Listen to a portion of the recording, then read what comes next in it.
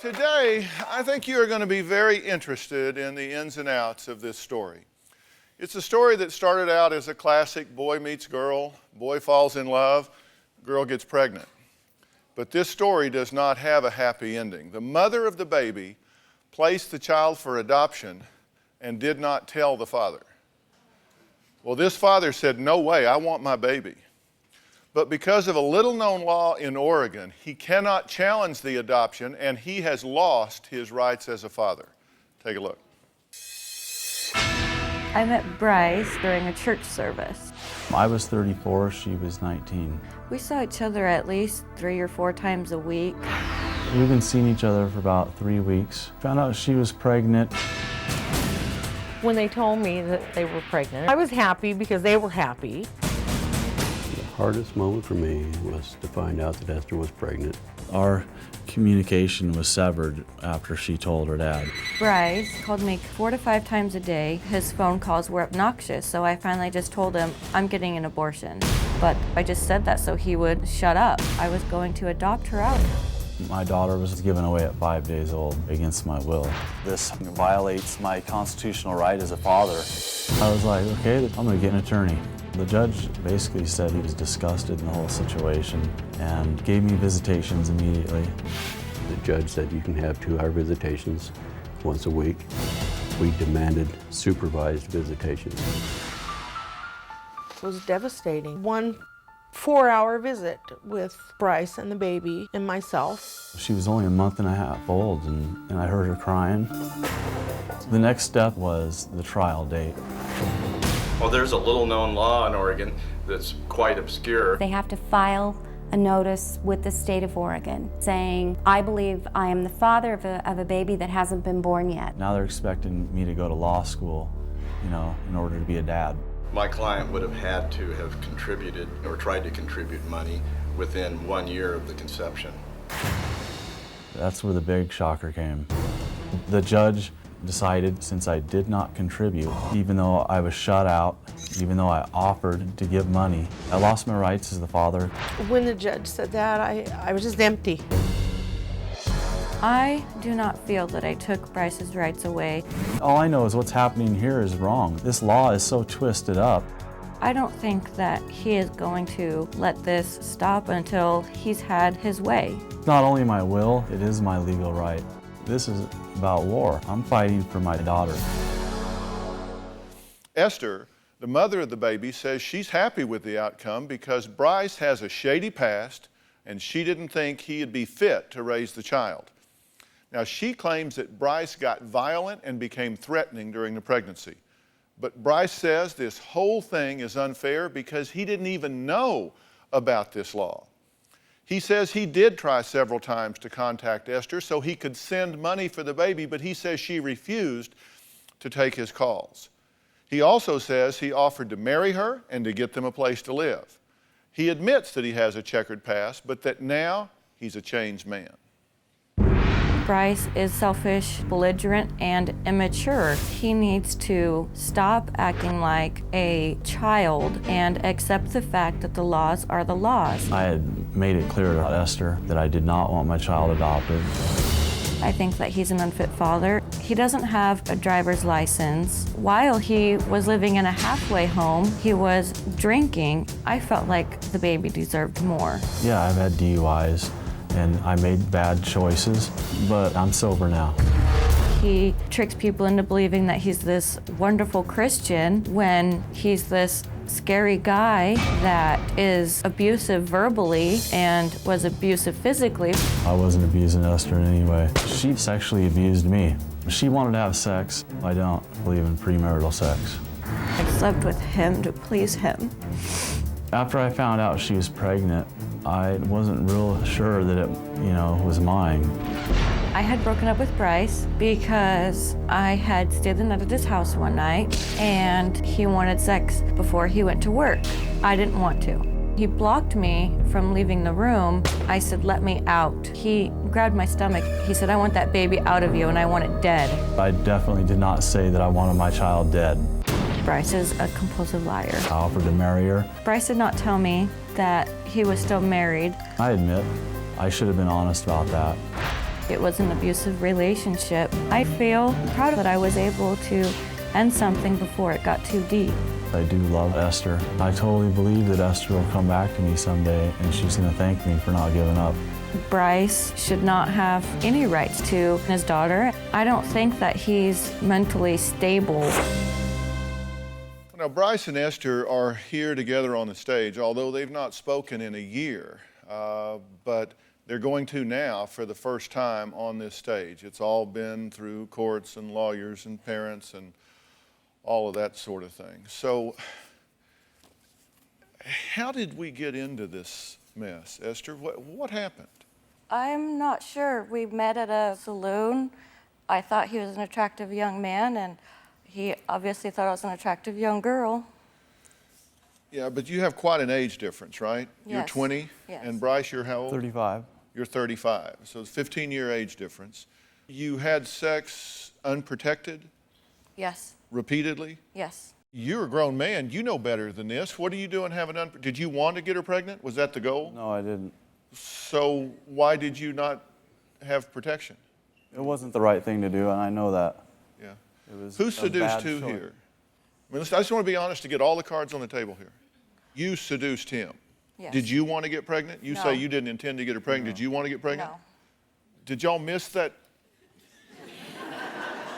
day in sex ed class where if there's no protection that you get pregnant?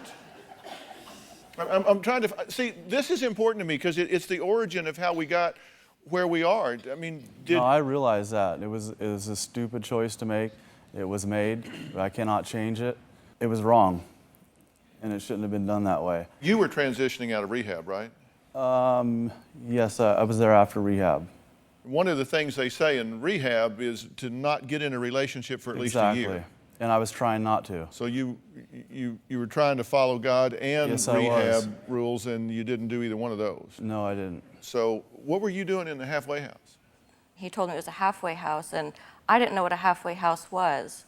And when he had specified to me it's a recovery home, I was proud of him. I thought, you know, he's trying to get up back on his feet. So I pursued the relationship. Okay. But then, we can fast forward, you did wind up pregnant. Yes. And you knew she was pregnant. I knew she was pregnant. And did you offer to marry her? Yes, I did. But you did not want to do that? We had discussed marriage and living together. Okay. Did you want to marry him? For the child's sake, yes. Well, if you wanted to and you wanted to, then why aren't we married? I was actually still legally married, even though I'd been away from my wife for 8, almost 9 years. So you wanted to marry her, but you were still married. I needed to clear up that from the past, yes. Yeah, that's something you'd want to clear up. Yeah. All right, look, Bryce's mother is devastated that she has no contact with her grandchild, and Esther's parents say placing the baby for adoption was absolutely the right decision for the child. We'll talk to all of them when we come back. Today we're talking about an obscure law that allowed one man's child to be placed for adoption without his knowledge or consent. Bryce and Esther dated for 1 month and Esther got pregnant. Shortly after, Esther broke up with Bryce and decided to place the baby for adoption. Bryce says he wanted to marry her and raise their child together, but she says she didn't want to be with him and she wasn't ready to be a mother. Now, Bryce isn't the only one in his family who's upset about not being able to see the baby. His mother is devastated that she might not ever get to see her grandchild again. Esther's parents, on the other hand, support Esther's decision to place this baby for adoption. In my heart, I totally feel that it's because of Delaney that baby's not with her family. Bryce's mother's wrong. It was more Esther's decision than mine. Esther was afraid of her father. I really thought she would have the baby, but her parents felt it was a bad thing. They had total control. We definitely wanted a 2-parent family for Esther's little baby girl. Bryce said, I want full custody. I said, why? You can't even afford it. He said, I'll take it to my mother. She's going to raise this kid. And I said, I don't think so. Delaney is a very overbearing man. He's not a grandfather because no grandfather would send their grandbaby to be raised by strangers. Giving the baby away was one of the hardest things we did. That kid's gonna have a great life. They're not honest people. They went into the courtroom, they lied. I am not a liar. Bryce's mother or Bryce never showed any commitment or support anytime she was pregnant. We were sad to see the baby go, but we knew that Esther did the right thing. I cannot handle the thought of my own flesh and blood out in the world and never being able to be a part of his life. Well, there's more to this story. Esther didn't just give her baby to an anonymous family. She actually placed the baby with friends of her family. So now she and her parents can see the baby anytime they choose. Someone else has my granddaughter. We were excited that Esther found an adoptive family. These people are friends of Esther's mom and dad. They're gonna get to see that little girl grow up. We're not, and that's wrong. We have access to the baby because we supported Esther in this deal. Bryce never sent us a dime. I told them, I will see you in court. You are not going to get rid of my grandchild. If he just would have allowed the open adoption, then he would have had visitation.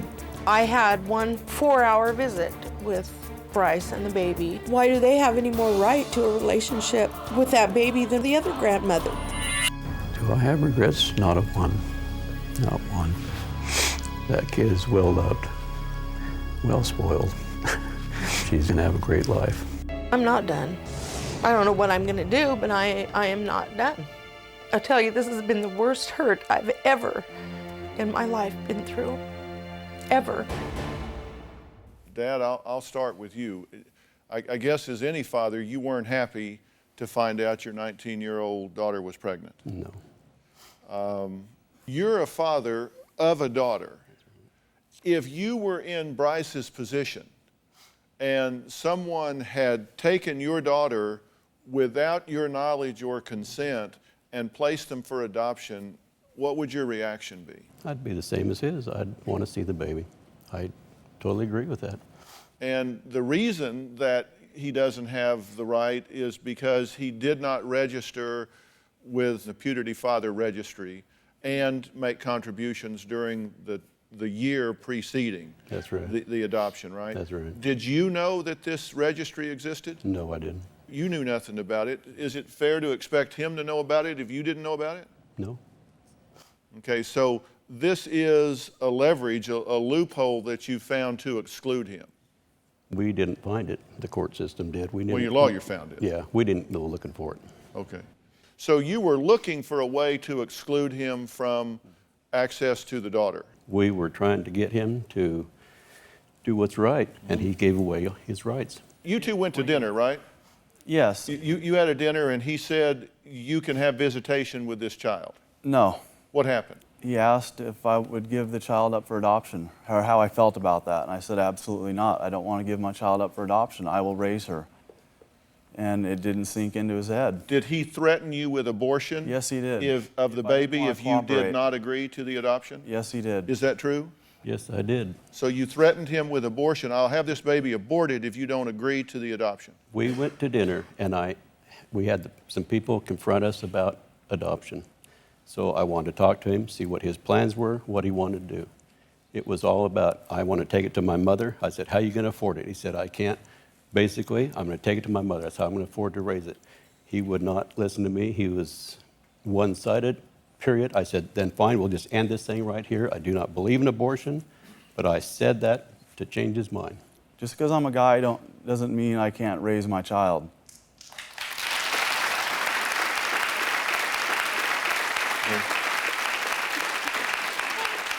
You don't even have a driver's license. If there's an emergency, how are you going to get her there? 911? Yeah.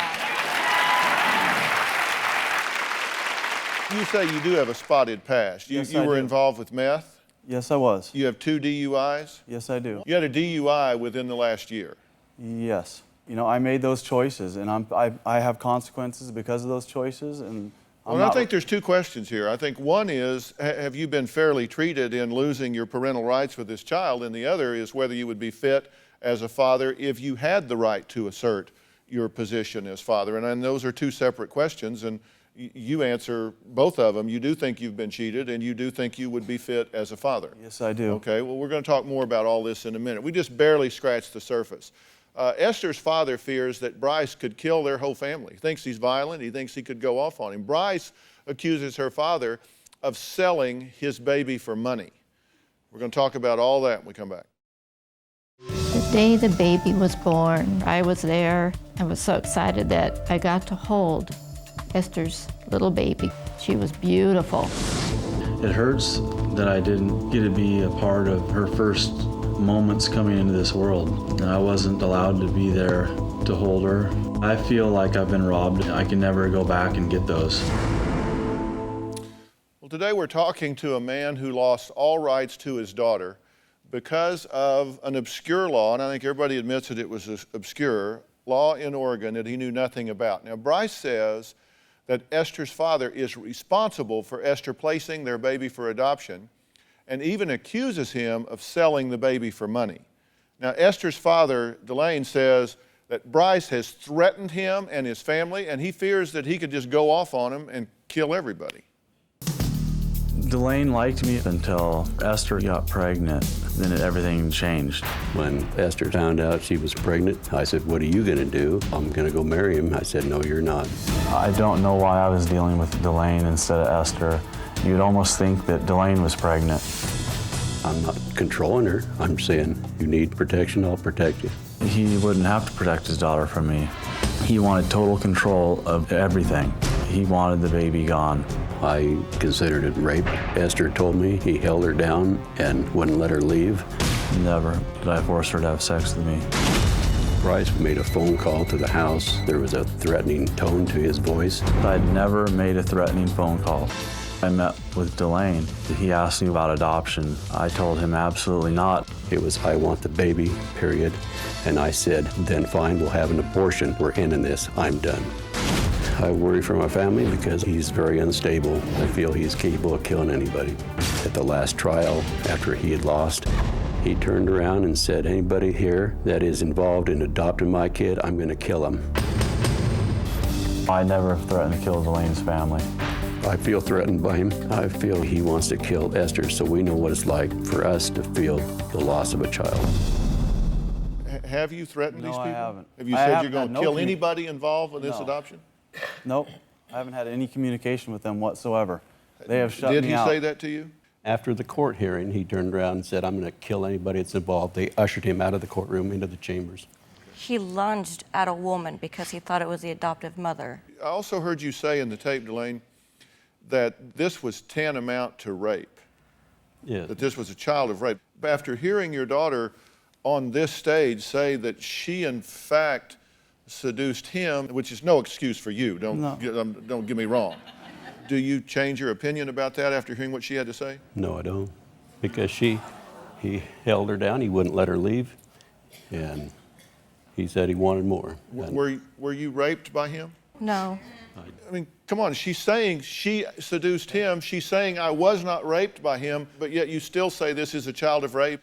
Because of his anger, you don't know what happens behind closed doors. Every time the judge Well, walks away. you know when your daughter tells you. You know what I'm trying to do? I'm trying to narrow the differences here and take some things off of the table. Do you also think that his mother, Chris, would be an unfit influence on this child? You said that as well. That's right. Because she's very domineering, and as far as I know. Would you be an unfit mother?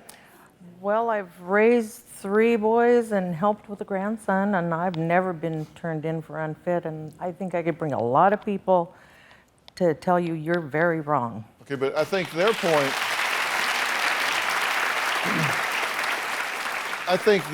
is that those 3 children that you have raised have had a lot of adjustment problems with drugs and alcohol. Oh, do you know? Is that true or not? No, they Well, don't that's even why I'm know asking. my other children. Out of the 3 kids, Bryce and his brother are alcoholics. Is that true? No. You don't even know Esther. and you're going to accuse someone of being an alcoholic? He doesn't even drink. They went to the bar. Does that mean, together. so is that an alcohol? I've gone to a bar. Am I an alcoholic? I don't even drink. Commonsensically, has he been treated fairly? Did he sometimes try calling the house 20 to 30 times a day? We got 4 phone calls in the beginning and nothing beyond that. And there were threatening tones. And I said, when he wanted to know our address, he knew where we lived. Veda, didn't you say that he called over and over and over and that you refused to answer the calls? When he called, we had dial-up internet, and it was plugged in most of the time, and if he called, it never went through. I called so many times, I figured this out. When I call and you're on the internet, it rings and rings and rings, and I don't get the answering machine. If you're off the internet, I'll get the answering machine, so I know you're avoiding my call. We We avoided had cell phone. All calls. Bring up the cell phone record. Veda, go ahead, Blaine. We get telemarketer calls. If there's a message to be made, it's put on the machine. We'll monitor the calls as they go. Well, you were there. You knew the calls were either coming or not. And did he call your cell phone? Once or twice, my cell phone. And you could see that it was him. And you didn't take those calls. I guess I'm saying, was he out there trying to get in touch, trying to register in, trying to be involved? If we didn't recognize a number, we don't answer it. It's that simple. I left many messages. We subpoenaed the court records, Veda. They had them all highlighted. You saw them. So did I. It was about that thick. I saw the sack of papers. Veda, were you truthful in court about the 2-hour conversation you had with Chris? Yes, we had a 2-hour conversation. And No, in court you said, I don't remember. And most people that meet me remember me. Well, we're talking a lot about what happened in court here and who said what to who. So when we come back, I'm going to ask the lawyers for each side to weigh in on this because, as I said, I'm not a lawyer, but I do have a general understanding that the laws that we adopt must be consistent with good public policy. And we're going to find out whether or not this meets that test commonsensically when we come back. Right now, I see the baby maybe once or twice a month. I'm missing a lot in my daughter's life right now. And all kinds of new noises and new expressions. I'm missing out on the first part of her life. Well, today we're talking to a father who lost the right to contest his child's adoption because of an obscure law in Oregon. 5 months ago, Bryce's ex-girlfriend Esther placed their baby daughter for adoption and did it without his consent. They didn't tell him it was happening, just did it. Esther says she never considered giving the child to him because she thought he would be an unfit father. Now, also with us here today are Bryce and Esther's lawyers. Now, Susan Steves represents Esther and found the law that is keeping Bryce from his child. Foster Glass is Bryce's lawyer and says that the law is just unconstitutional. Susan, is this good public policy? I mean, is this a fair deal? It is. A father can file a piece of paper notice during the pregnancy to put everyone on notice that he wants to be part of any process, whether it's establishing paternity, challenging an adoption. Or if father doesn't figure that out, doesn't hire a lawyer, doesn't file the piece of paper, it isn't over. That's why we had a trial. Then the court looks at, did he contribute to the support of the child? Did he try? Mm-hmm. Bryce knew that Esther wanted to place his baby for adoption in January of 2007. The baby was born in September, and I would like everyone to know. Did you know about this registry? When? Before you found it and used it to exclude his rights. So you didn't know about it either? No. You're a lawyer. Yes. Licensed in Oregon. That's true. And you didn't know about this registry and you expect him to?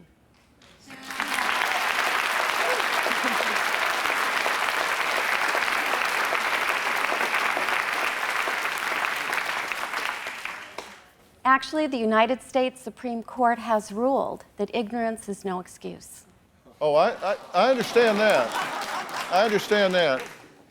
Foster, you're on the other side of this argument. You say the law is unconstitutional. Am I wrong saying that our laws generally need to comport with good public policy? You're not wrong at all, Dr. Phil. They're now recognizing that there's a fundamental right to parents. That's called a liberty interest in the right to raise your children and be with your children. This adoption isn't final yet, is it? No. Okay, so I mean, it's still up in the air. But and listen, what you're doing is asserting the law as it exists, correct? That's correct. And I mean, the law is the law, and that's your point. It's on the books, and that's the law. And it's beyond that. I want all of us to remember this child. Yeah, I'm This wondering if child. anybody's interested in what's happened to the child, and I'm wondering if somebody wants to explain to this child when she turns 14, 15, 18 years old, the reason that you don't know or get to know your father is because there was a loophole in the Oregon law that excluded you because you didn't register somewhere that you were supposed to register.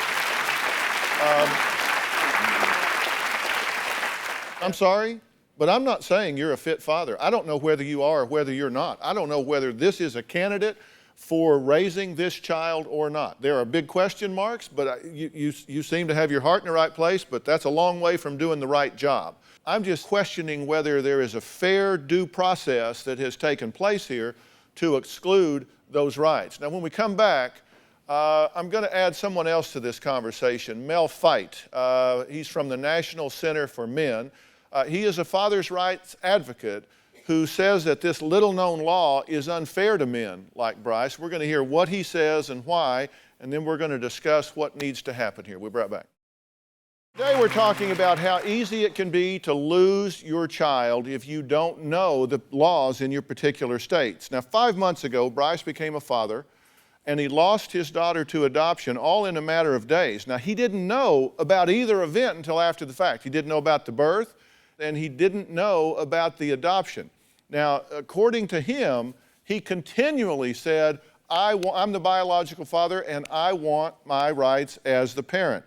Esther says her baby is in a healthy and happy environment now, and that she's very happy about that. Now, clearly, there are rights of these adoptive parents as well. They have loved and nurtured and taken care of this baby for 5 months, so you've got to think about all of that as well.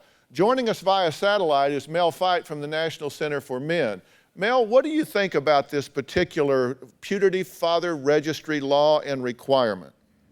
Well, let me just add the information that you're presenting. It's not just an Oregon law. There are putative father registry laws in about 25 states. No one knows what they are. No one knows what the registries are. No one knows how to use them. People don't even know what the word putative means. As far as I can tell, the only practical and logical purpose of these laws is to prevent, to make it more difficult for fathers to exercise their rights to be involved with their children when the mothers don't want them to be. The only purpose is to make it more difficult for the fathers to prevent adoptions. Look, the question of Bryce's fitness is relevant, but that's for a family court judge to make. As far as I can tell, no one appointed Esther's parents or her lawyer a family court judge, and the decision of his fitness should have been made after a full custody hearing. There's no doubt whatsoever in my mind that even now, if someone walked into if let's say that Bryce didn't want to be a father, and someone walked into a court in Oregon and said, well, we want child support from you, and Bryce said, but you know, I really didn't sign on to this putative father registry, there's no doubt in my mind that the judge would say, putative father what? What kind of registry are you talking about? The word putative wouldn't be used to describe him. He would be called a deadbeat dad. We have a really schizophrenic approach in this country. We say we want fathers to be important, but then we make it difficult for them to be involved in their kids' lives. Well, so you're saying that you could be excluded because you don't register, but then yet held responsible for child support on the other end. That seems crazy. Absolutely. I'm not convinced that Bryce is out of the woods yet. If years down the road something were to happen to the adoptive parents and the child were to become a ward of the state, I think Oregon could come in and require Bryce to pay child support. I ask you, Glenn, as a dad of a daughter, do you have any empathy for where he is in this situation at all? I mean, I know you don't particularly like this guy, but can you feel his pain in this situation? To a point. I don't know why he's trying to do what he's doing, but he said he did not want the child. But if he doesn't want the child, he's sure going to an awful lot of trouble to assert it. I don't understand that myself. You three are in the position of having unfettered access to this child right now, right? That's right. You can visit the child. You're the grandparents. You can visit the child. Even though it's adoption, it's an open adoption. So far. And so you all have the benefit of access to the child, right? You get to see your baby, right? Yes. How often do you do that? Once or twice a month. Okay, once or twice a month? Yes. You could see her more if you wanted. Yes. Mel, you look like you're about to pop. I must have missed someplace in the introduction where Esther's father was appointed a family court judge in the state of Oregon. It wasn't your call to make. It should have been up to a judge to make this decision. And if anyone has any doubts about the obscurity about these registries, do this experiment. Call directory assistance. Ask the operator for the number of a putative father's rights registry. They won't know what you're talking about. They won't know the number. They won't know where to go. No one knows about these. These laws are only used to prevent biological fathers from exercising their rights. There is no other purpose for them. Yeah. Now, Susan, what do you say about what Mel's got to say here? Earlier you mentioned public policy driving our laws. Everyone needs to remember that the reason we have these laws is to protect the child. It's to give the child stability. How do we put limits on this? Baby gets placed for adoption. In this case, baby has been with these parents almost since birth. So what, we suddenly give someone else rights and yank the baby away? Okay, but, here's what we go ahead, Mel. But here's what we should do. Here's the answer. It's very simple. When a single unwed mother gives birth to a baby, ask her who the father is and call him up and find out and say, you know, what do you think? Do you want your kid placed for adoption? Not only do we not require her to give the name, the law in Oregon specifically says she doesn't have to give the name. You know what? I think she should have to give the name of the father. And let's call him up and find out, because that would solve a lot of problems. All right, we've got to take a break. When we come back, the big question is, what's next? I mean, is this just all a bunch of ado about nothing because it's just going to roll on down the track, or is there something Bryce can do? We'll hear from the lawyers, from the families, from Mel, from everybody. We'll be right back. Well, today we're talking to a man who has lost all rights to his daughter because of an obscure law that he knew nothing about.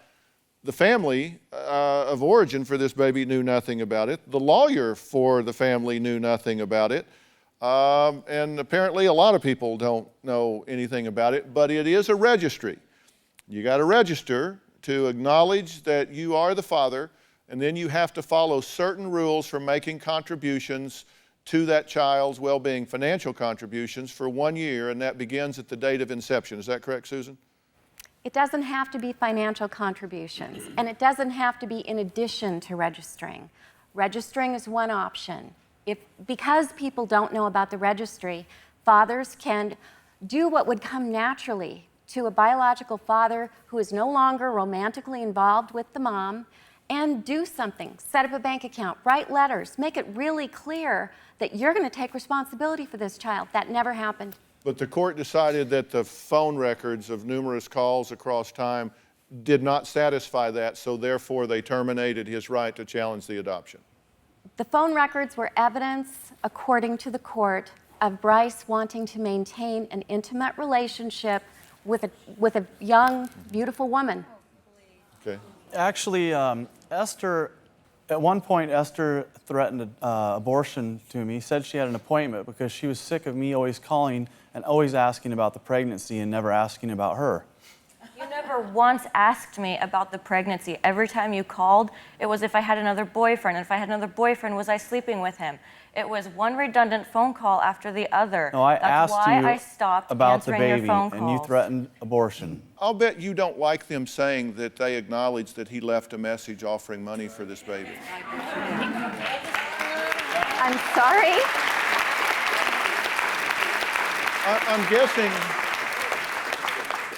I'm guessing that Veda saying, yes, he left a recorded message offering money in support of this baby would be something you would have to consider an admission against interest. Actually, that isn't my understanding of what he actually said in the message. I mean, it was one message. You It know, did come out in court. That's why I'm and asking you, because It did not come out in court. We brought it up at the last hearing, a reconsideration hearing, which the judge said he will not put that in as new And evidence. the message, you were almost yelling. No, I was not. Yes, you were. Okay, hold on. Never was I yelling. So where do we go? Where do we go from here? At this point, I know you represent Esther and certainly not Bryce or the adoptive parents, but if I was the adoptive parent in this situation, I would be really standing up on my rights, because if I'd spent 5 months with this baby, that'd be my baby. I don't think I'd be up for somebody pulling that away from me. I'm not sure that's in the baby's best interest. But what happens now at this point, Susan? Well, they can appeal if they want to appeal, but they can file an appeal. Okay, Foster, is that a possibility? Oh yes, it's a real possibility, and that's what's going to happen in this case. We'll file a notice of appeal, and we're going to... But that's expensive, right? It is, it sure is. Mel, what can happen here? What can Bryce do? Well, there are grounds for appeal. I'm not optimistic about this, though, so it's important to address what happens in terms of the policy for the future. First of all, be on notice. Single men. The sad reality is that every time you have sex with a woman, the next day you have to go find out where there's a putative father registry in your state, and you have to sign up. That's the sad reality of the situation. The better approach would be to change the law. Get rid of the registries and do this. Make it a requirement that a woman name the father and that the father be notified. It really shouldn't be his burden to guess about whether he's a dad. Do you have a story or a question for me? Click the link in the description and tell me what in the world is going on.